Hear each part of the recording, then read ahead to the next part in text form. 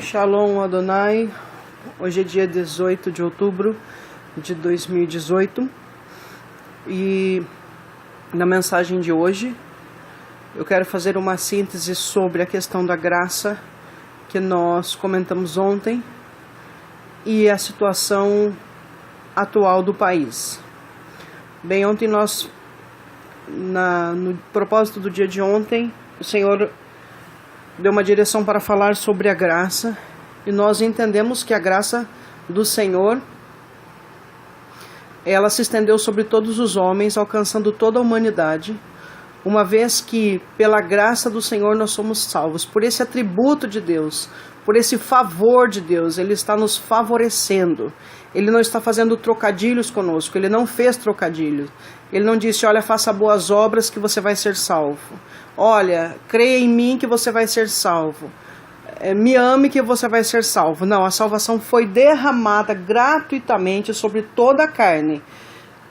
Receber essa salvação ou tomar posse dela tem a ver com aquilo que nós fazemos, servindo a Deus segundo os princípios dele, crendo no Filho dele, porque foi através de Jesus, através do Filho dele, que esta redenção foi derramada sobre nós. E aí nós temos que entender tudo que Deus fez pela humanidade, independe do quanto creem nele, independe do quanto servem a ele, independe do quanto o adoram. O favor de Deus foi derramado sobre a carne e Ele mesmo nos criou. Então Ele mesmo nos trouxe a redenção através de Cristo.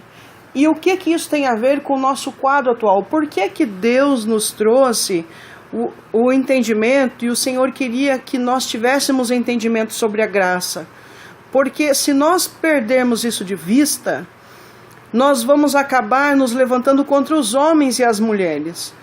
Nós vamos achar que os nossos inimigos são humanos, e esses inimigos humanos é quem merece o nosso ódio, a nossa raiva, a nossa ira, e nós vamos acabar fazendo divisão dentro da nossa nação.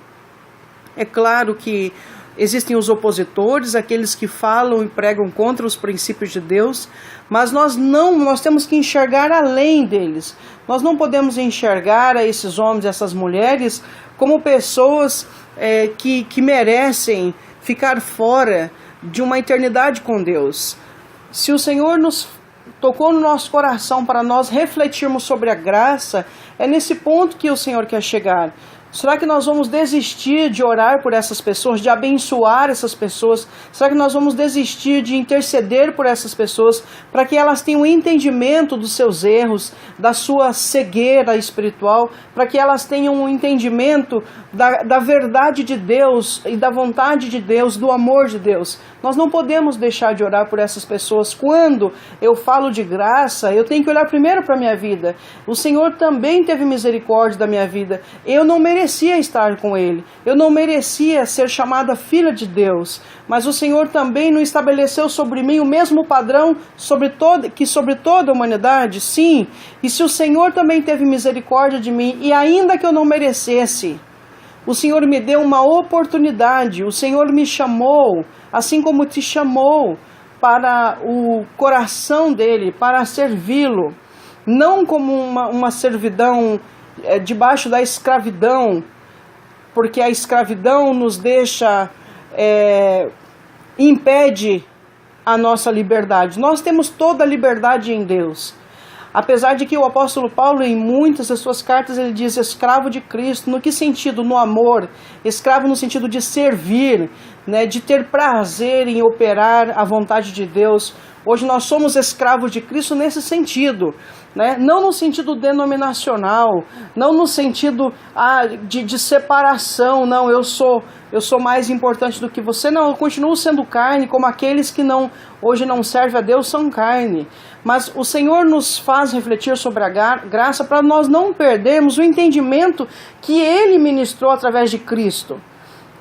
Jesus foi uma das pessoas criticadas na sua época porque ele simplesmente pregava para aqueles que eram conhecidos como pecadores. Por que pecadores? Porque não conheciam a palavra de Deus, não serviam a Deus. E é claro, se você não sabe o que Deus não aceita e você comete, você está pecando sim, né? Mas muitas vezes é por ignorância. Então Jesus, ele chamou Mateus, que era um cobrador de impostos, por exemplo, e as pessoas odiavam cobradores de impostos. Por quê? Porque o governo subornava e os cobradores obedeciam às suas ordens, então eles também subornavam o povo. E eles eram odiados, mas Jesus chamou Mateus, se alimentou com ele, ministrou para ele, e ele acabou sendo um seguidor do Senhor. Então, nós não podemos perder esse entendimento, porque se eu acabar odiando os opositores do Senhor, eu não vou orar por eles. Sabe o que eu vou fazer? Eu vou amaldiçoá-los. E aí você diz, tudo bem, e daí? E se eu quiser amaldiçoá-los? Você vai conviver com a maldição na sua terra.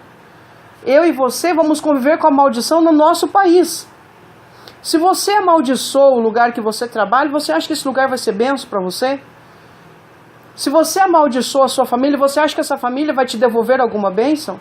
Mas se você abençoa, se você quebra a maldição de sobre a vida deles, se você determina e deseja no seu coração que eles sejam luz e não trevas, quando eles se aproximarem de você, eles vão trazer luz e não vão trazer trevas.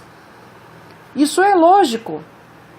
Então, já até ministrei em outras oportunidades sobre isso, eu já vi pessoas amaldiçoando a sua cidade. E elas dizem, não tem emprego, essa cidade não presta, eu odeio essa cidade, eu detesto essa cidade.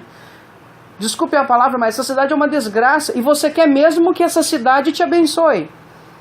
Se você, que poderia abençoar, amaldiçoa o lugar que você está, você acha que você vai colher que fruto? Vai colher fruto de maldição.